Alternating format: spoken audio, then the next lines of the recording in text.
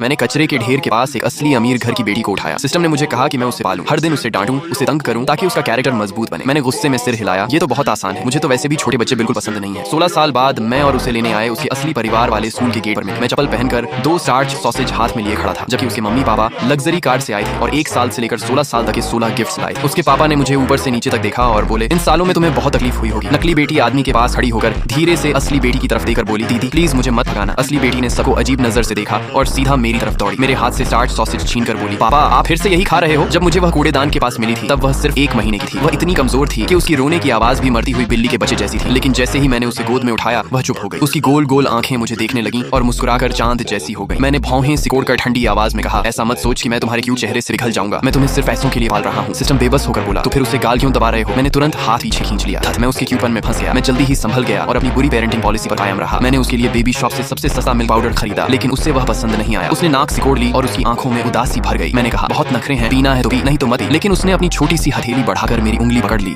और धीरे धीरे हिलाने लगी। अगले दिन मैंने एक एक्स्ट्रा पार्ट टाइम जॉब कर ली और रात को उसके लिए बेहतर मिल्क पाउडर खरीद कर लाया। अगर वह अच्छा मिल्क पाउडर नहीं पिएगी तो ठीक से बड़ी नहीं होगी, और अगर बड़ी नहीं होगी तो मैं उसे बेचकर पैसे कैसे कमाऊंगा। रात को वह बहुत शांति से सोती थी, लेकिन मैं हर 1 मिनट बाद उठकर चेक करता कि वह सांस ले रही है या नहीं। मैंने इंटरनेट पर भी सर्च किया कि बच्चा कम रोता है तो क्या ये नॉर्मल है। 6ठी बार चेक करते करते आखिर मैंने उसे जगा दिया। सिस्टम बोला, ये क्या कर रहे हो? मैंने कहा, मैं बस ये देख रहा था कि वो मर तो नहीं गई। जब वह 3 साल की हुई तो आखिर मुझे अपनी बुरी पेरेंटिंग शुरू करने का मौका मिला। मैंने कहा, आज से तुम अपने जूते खुद बांधोगी। वह बहुत स्मार्ट थी और जल्दी ही जूते बांधना, अकेले सोना, खुद खाना और यहाँ तक कि अपने मोजे भी धोना सीख गई। सिस्टम बोला, इसमें टॉर्चर कहाँ है? मैंने कहा, तुम नहीं समझोगे, मेरा असली प्लान अभी शुरू हुआ है। अब मैं उससे पोंछा लगवाऊंगा, गंदे और मुश्किल काम करवाऊंगा और उसे अपना नौकर बना दूंगा। लेकिन मेरी उम्मीद के उल्टा वह बहुत आज्ञाकारी निकली। मैं जो कहता वह वही करती। लेकिन मैं उसका सबसे सख्त पिता था, इसलिए मैं उसकी एक भी गलती बर्दाश्त नहीं करता था। एक दिन उससे पोछे का पानी गिर गया तो मैंने हाथ बांधकर उसे जोर से डांटा, तुम इतनी बेवकूफ हो, तुम